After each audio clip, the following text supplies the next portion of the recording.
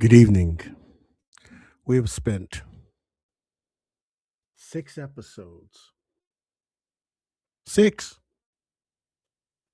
constructing a blueprint for a free society. We've built the courts, freed the money, revived the community, and liberated the mind. But let's not be naive. Let's let us not pretend that logic, economics, or contrast can stop a predator at midnight. Pieces of paper don't bleed, and laws do not breathe. In a world governed by physical reality, your rights are exactly as secure as your ability to defend them. If the state holds an absolute monopoly on the tools of force, if you must wait for a flashing light and a siren while an aggressor is inside your perimeter, then your liberty is a polite fiction. You are not a citizen, you are a hostage enjoying a temporary reprieve. Right? The shield of liberty is not an abstract concept handled by a magistrate or a politician. It is a physical object. It has weight, it has a trigger, and it belongs in your hands. Today, we look at the ultimate safeguard of the minarchist framework. Today, we talk about the second shield in 60 seconds.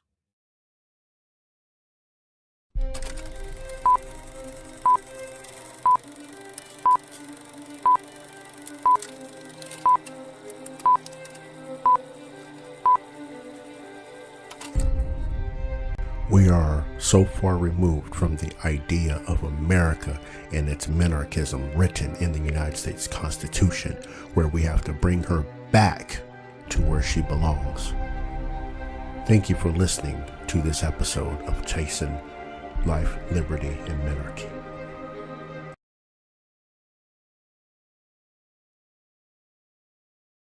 And welcome. Make sure you guys are subscribed to the channel. Make sure if you're not over on the Patreon, patreon.com/TOLMF. Make sure you check us out at torchoflibertymedia.com and ultimately the Ninth Amendment Project.org, where it's always on and popping, where we're talking about advocacy and things of that nature for your rights that are unenumerated. Make sure you check us out, One Stop Shop, Ninth Amendment Project.org. We're talking about that second shield today. Make sure you share this with all your peoples and everything. And I mean everything. As Cat Williams will say, everything. Everything. Share it. And come to the end of this series. We got one more episode after this one. And we're gonna push forward with another one. You know how we gotta do. Because this fight for liberty never stops. It'll never start. I don't care what politician represents you on the local, the state, or the federal level. I don't care who the president, vice president is, who's occupying those executive branch agencies. At the end of the day, people have to remember when those people are gone, liberty must always stand. Always stand. Even when it's uncomfortable and you're getting attacked for defending liberty. That is what keeps the republic together. It ain't the sensational headlines and the big flashing neon signs outside and woohoo, I'm donating to this one. Liberty, the individual person defending liberty is how the republic stands. It's not the most glamorous job in the world. It's a dirty job, but guess what? Someone has to keep this republic together, and it starts with you, the individual, by understanding and standing up for your rights and holding them close to your chest and not allowing people to take them from you.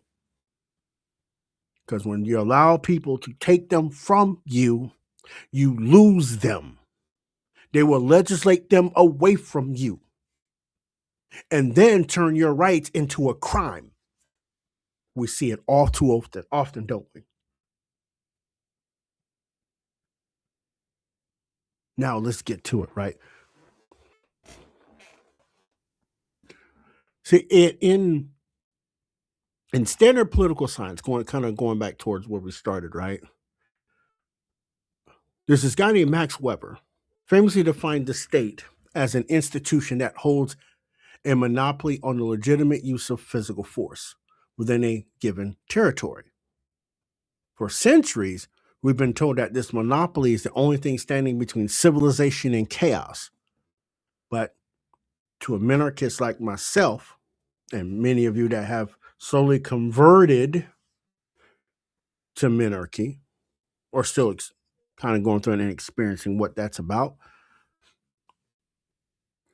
an absolute monopoly on force is the exact point where a protector state transforms into a tyrant state. I think we all agree with that. The historical consensus, right, taught in universities today is that we traded our natural right to raw force for the civilized comfort of the social contract, right?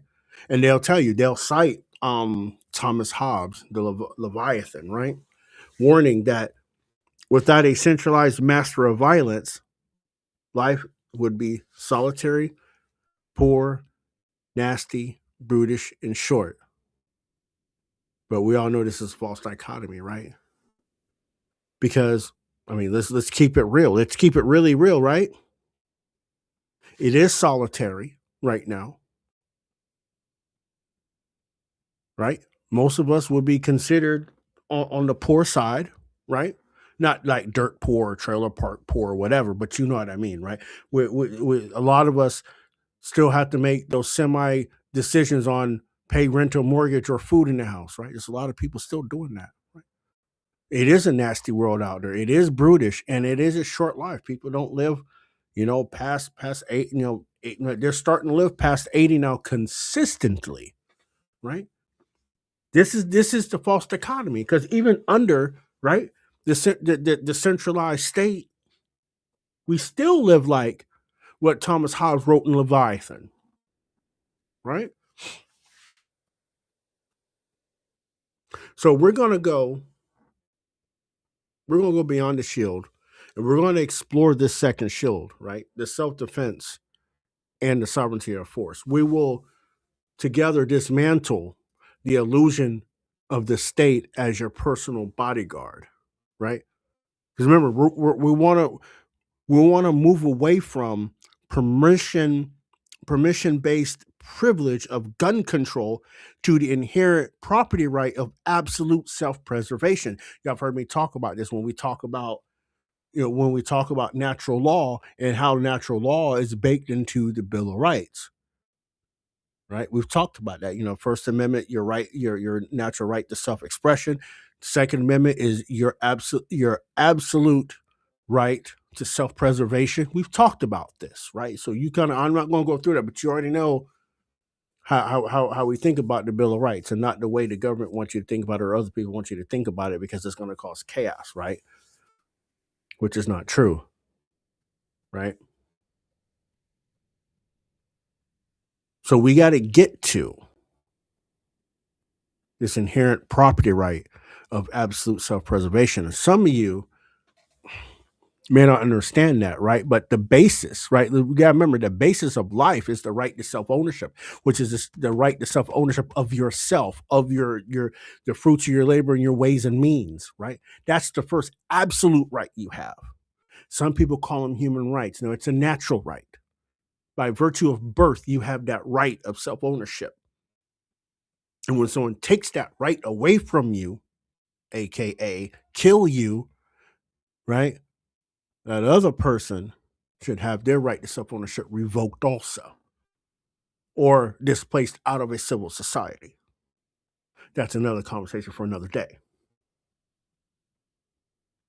So let's talk about the technical fallacy of collective security, right?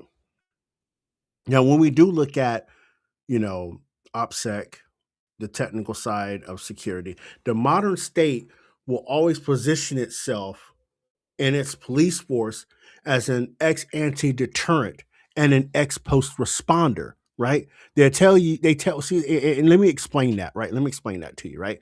And I'm explaining to you in layman's terms without all the legal mumbo jumbo, right? They tell you to pay your taxes, surrender your weapons, and our uniform will keep you safe. We know this is an outright actual lie. We know this. Response times aren't 20 seconds when you call them. Their response times 3-4 minutes. Right? We know this. Right? Here in the States, right? There's landmark legal cases like Warren versus DC in 81 and Castle Rock versus Gonzalez in 2005, establishing a what would be I would call a freezing cold technical reality, right? Some of you have heard me talk about this before, right? This also goes into the Pearson doctrine, Pearson versus Callahan, right? All these cases combined, right, told you that police do not have a constitutional duty to protect you, right? In the Warren decision, the court ruled that the police owe a duty to the public at large, not to individual citizens who call for help during a home invasion. Now, in Castle Rock versus Gonzalez, the Supreme Court did confirm that an individual who has obtained a restraining order has no property right to its enforcement by the police, right? It's only a piece of paper. It's a civil piece of paper, right? The state's defense apparatus is legally, operationally designed to investigate crimes after they occur. Again, remember, when seconds count, the police are minutes away. We have to remember this, right?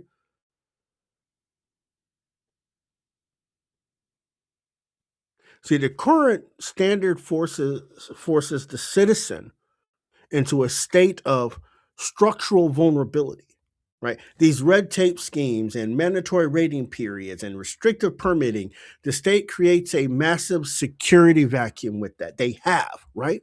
It strips the law abiding individual of their kinetic parity with criminals who, by definition, do not follow weapons bans, right? The state demands that you outsource the protection of your life to an agency that bears no legal liability if they fail to show up.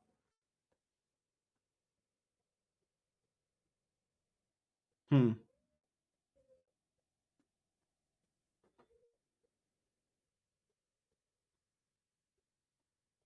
I want you to remember that. Remember what I just told you, right? And you guys, you can go look at the cases yourself. Pearson versus Callahan, Castle Rock versus Gonzalez, Warren versus DC. Again, the police do not have a constitutional duty to protect you.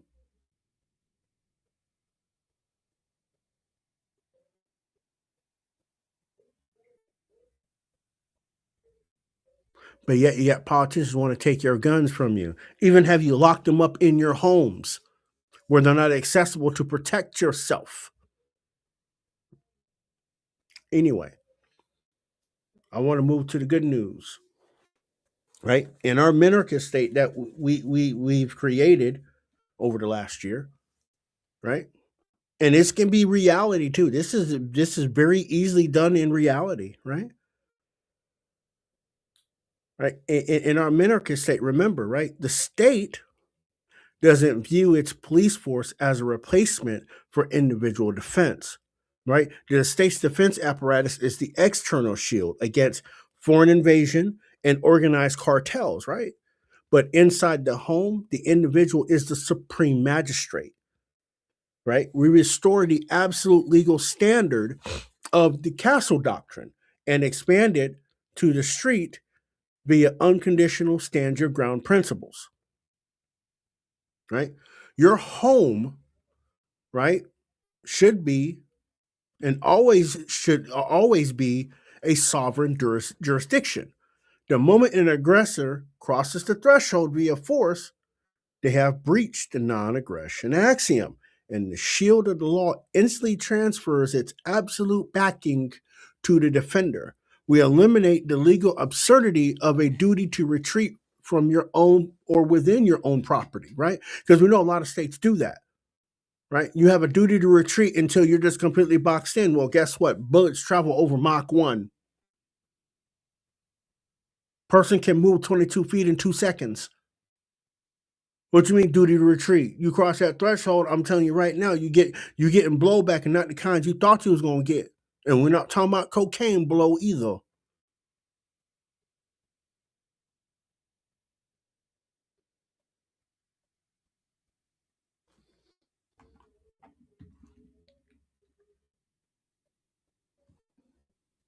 This is what the gun control lobby would never understand when it comes to self-defense, right? Because here's the other angle. Here's the other angle we're going to go on this one too, right? Now, bear with me. I thought about this a second today as I was writing the show out in my bullet points, right? Gun control, right? You've heard me say gun control is racist. Let me get away from that data second, right? Let me add something a little bit more broad and more poignant, right? Gun control is a regulatory capture of the body. I want you to think about it a second, right? As I said that, and just kind of put in the chat what came to your mind when you heard me say that. Gun control is the regulatory capture of the body. Now, I want you. Let's go here, right? Why is the right to bear arms always the primary target of an expanding state? I mean, expanding state, isn't it about public safety? That's what they claim, right? No, it's about the regulatory capture of the body, right? Let me explain this, right? Historically, every totalitarian regime in the 20th century followed an identical technical pathway, right? Registration, licensing, targeted bans, and ultimately confiscation, right? Look at what the Nazis did. Look what Mao did. Look what Khmer Rouge did, right? Look what Stalin did, Trotsky did, right? Registration, licensing, targeted bans, and confiscation. We in the United States, we haven't hit number 4 yet, but it's damn near close. It's damn near close, right? Let's go back to the Weimar Republic a second before it became Nazi Germany, right? Their gun registration laws that started in 1928 was enacted under the guise of public safety, right? And when the Nazis came to power in 33, they simply took those state mandated lists and systematically disarmed Jews and political dissidents, right? We've talked about here in the United States the earliest gun control laws, right? The post Civil War black codes, right? And obviously, those were used explicitly to prevent the newly freed slaves from owning firearms, leaving them defenses against state sanctioned terror. Full stop, right?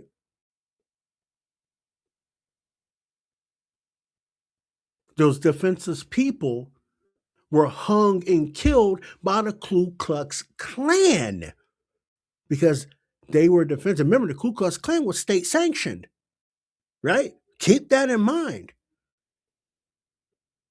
right? Keep that in mind. It's the same thing, right?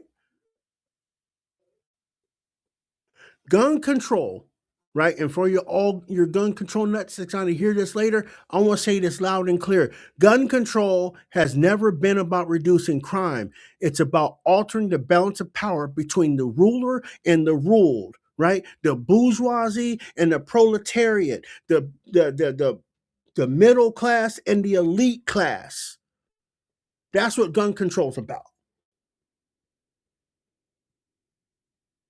Right? Let's talk about our current federal government, right?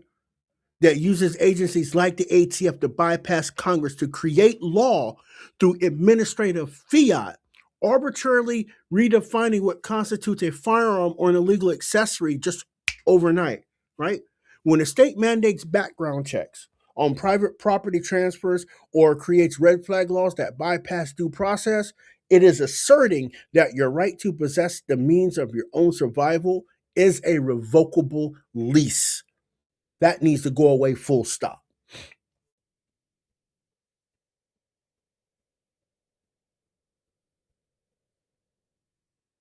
This is our 20th century. When Ronald Reagan said this is the last bastion of freedom, it's slipping away day by day. And we all realize this and understand this. This is why we're here. This is why I'm here with the big mouth.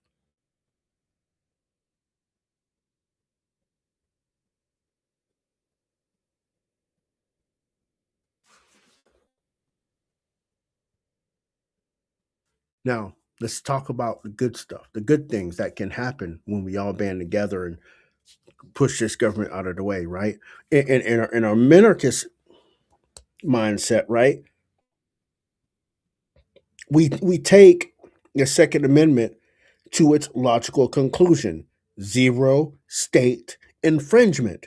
I will say that again for the gun control advocates in the back. The Second Amendment reads in the King's English that there is zero state infringement. Zero. That's all. Zero.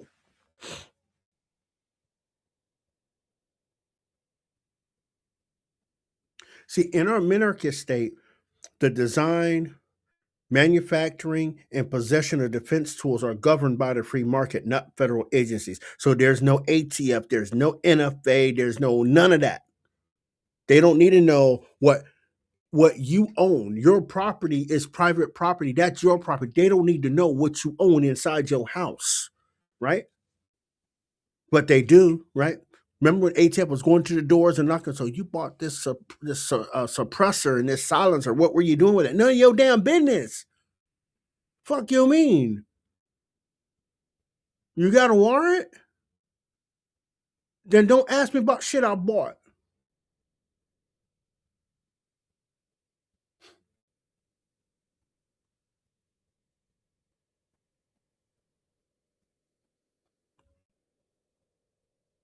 And when we dealing with this zero state infringement, right?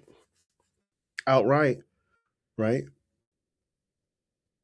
When we talk about the liability standard of that, we replace the arbitrary restrictions, right, with strict torts and liability, right? You can own whatever tool you choose, but you are 100% liable for where that projectile lands, right? The state's shield does not regulate the tool before you use it. It holds you to ruthless, transparent accountability if you use it to harm an innocent person or thing. If a private manufacturer produces a defective weapon, they face a court of product liability. If the individual acts negligently, right, they face justice for the harm caused. The focus is entirely on the action, never the object.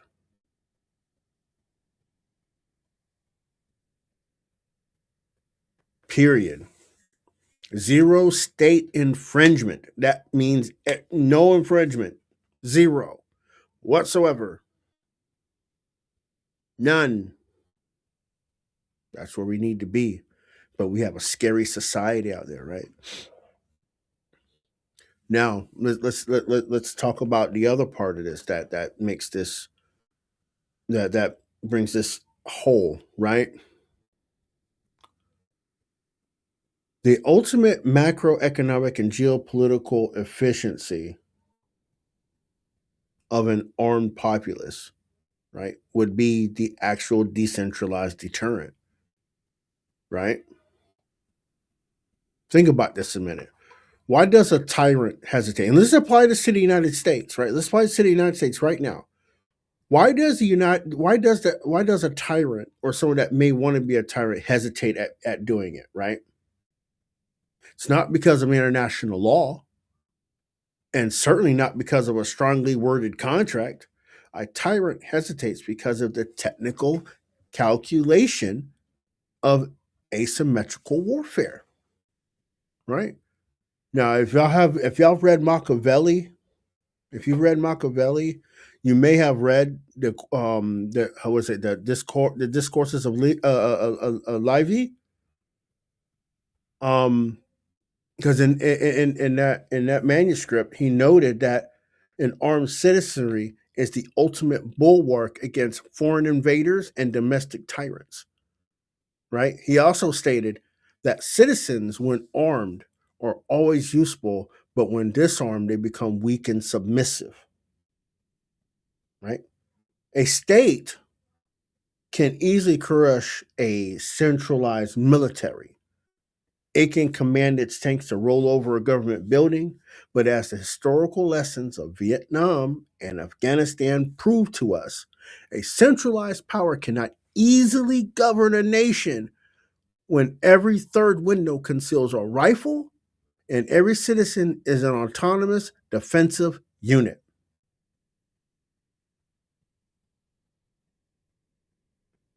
Now, let's talk about the United States a second. Where I bring some things into reality for you before we get to get to what we're gonna do, right? The current administrative state in the United States views an armed populace with deep suspicion, right? They've also classified independent ownership as a liability to domestic stability. So what did it do? It created no gun-free zones that act as soft target invitations for predators, and it relies on psychological conditioning to convince you that security is a collective bureaucratic task, right? The state monopoly on security itself ensures that the printing press we fought in episode 5, remember that, right? The bureaucratic courts we dismantled in episode 3, they can all be enforced by the state because the citizens have forgotten how to say no at the street level. They forgot. What did Ben Franklin say? That famous quote he said about trading security, trading their rights for security. You don't deserve both. Mm-hmm. Y'all know the quote. I don't have to quote it exactly. You know it. I've said it enough. Um. Now, in our minarchist state, obviously we wouldn't fear the armed citizen. We would rely on them, right? The operating system of mutual respect. Remember the operation system thing we talked about last episode? Yeah, we're here again, right? The operating system of mutual respect functions flawlessly because everyone understands that aggression carries an immediate lethal cost. And this kinetic symmetry enforces the peace far better than any legislative mandate could. Because again, the person, the citizen, the sovereign is not a subject waiting to be protective, right? When the populace is armed, the cost of state overreach becomes prohibitively high. Sound money and private education are letters written in the sand. If you cannot defend the ground they are built on. Now, the presence of the second shield ensures will definitely ensure, right, that the first shield, which is the state, stays firmly locked within its small constitutional box.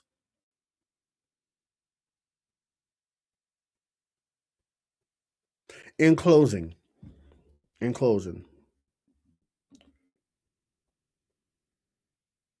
and again, thank y'all for being here this evening, taking a little time out as we do the ride out here for you, as we get to a more stable and small and limited government, right?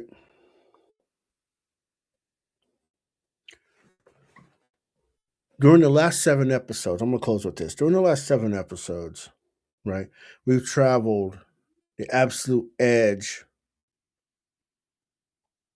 of the perimeter of Minarchy, even some of the internal workings, right? And over the last 7 episodes, we've constructed a vision of society where the individual is maximal.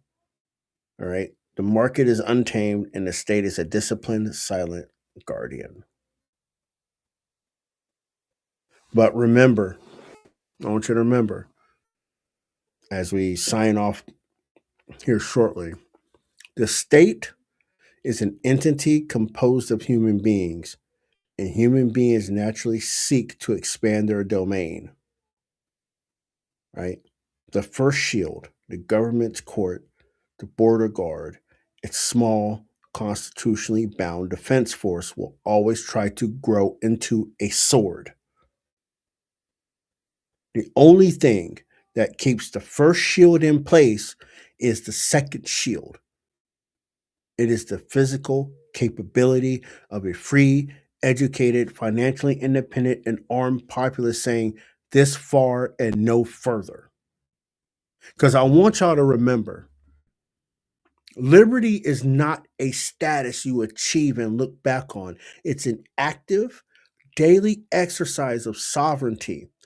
It is looking at the horizon of your life, taking absolute responsibility for your family, your capital, your mind, and your safety, and refusing to delegate that responsibility to a badge, a bureaucrat, or a politician.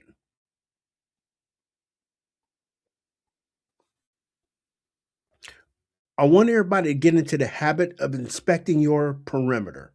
All right. Do not live your life as a casualty of probability, right? Train your body, train your mind, sharpen your mind, secure your wealth and assets the state cannot print. Educate your children, your grandchildren, even your great grandchildren to look at power with skepticism and acquire the tools necessary to defend it all.